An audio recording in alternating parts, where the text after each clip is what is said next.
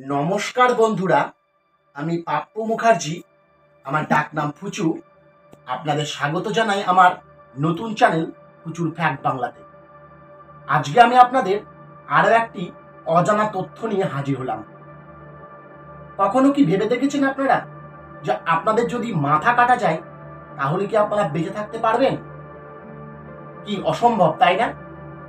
किन्तु हाँ, आमादेर तेले पोका माथा छाड़ाओ 7 থেকে 10 दिन पर्यन्त बेঁচে থাকে। किन्तु किभाবে जानले अबाक हबेन आपनिও।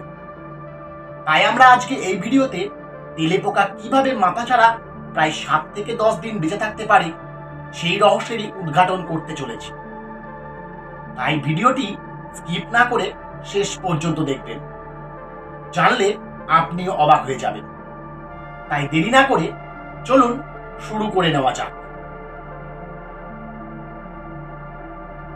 তেলাপোকার মাথা ছাড়া বেঁচে থাকার রহস্য লুকিয়ে আছে তার শরীরের গঠনে।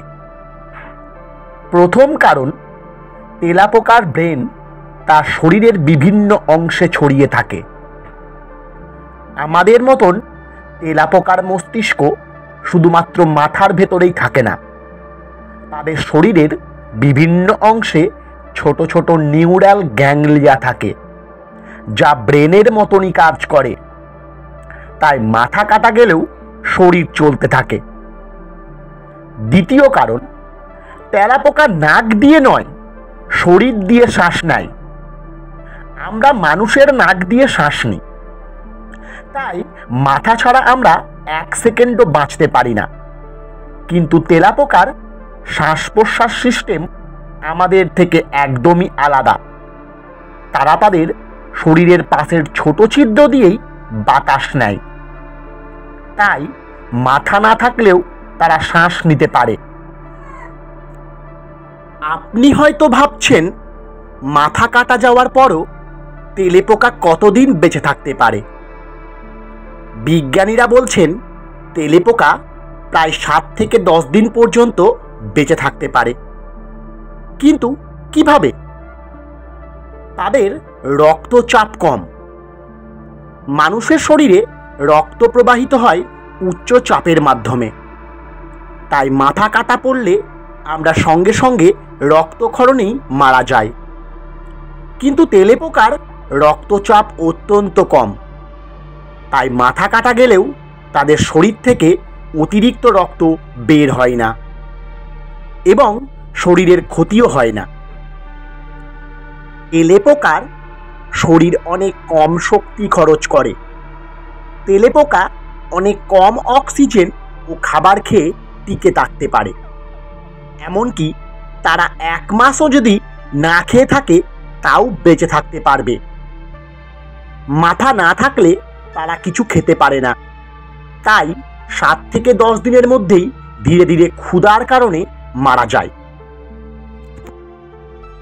বিজ্ঞানীরা তেলেপোকার এই অবিশ্বাস্য ক্ষমতা নিয়ে গবেষণা করছেন। কিছু গবেষক মনে করেন ভবিষ্যতের রোবট ডিজাইনে তেলেপোকার প্রযুক্তি ব্যবহার করা যেতে পারে। এমনকি তেলেপোকার নিউরাল সিস্টেম নিয়ে গবেষণা করে বিজ্ঞানীরা নতুন ধরনের কৃত্রিম এআই তৈরি করার কথা ভাবছেন। এখন প্রশ্ন হলো, যদি তেলেপোকা এতটাই টেকসই হয় তাহলে কি তারা কখনোই মারা যাবে না? না, তেলেপোকারও দুর্বলতা আছে। কিছু রাসায়নিক যেমন বোরিক অ্যাসিড বা উচ্চ তাপমাত্রা তাদের দ্রুত মেরে ফেলতে পারে। তাই যদি ঘরে তেলেপোকা বেশি হয় তবে এই তথ্য কাজে লাগাতে পারেন। আপনাদের কি জানা ছিল যে তেলেপোকা মাথা ছাড়াও বেঁচে থাকতে পারে? যদি জানা থাকে তাহলে কমেন্টে লিখে জানাবেন। আর এমন আরও অবাক করা তথ্য পাওয়ার জন্য প্লিজ ফুচুর এই ফ্যাক্ট বাংলা চ্যানেলটিকে সাবস্ক্রাইব করুন এবং লাইক দিতে কখনোই ভুলবেন না। ধন্যবাদ।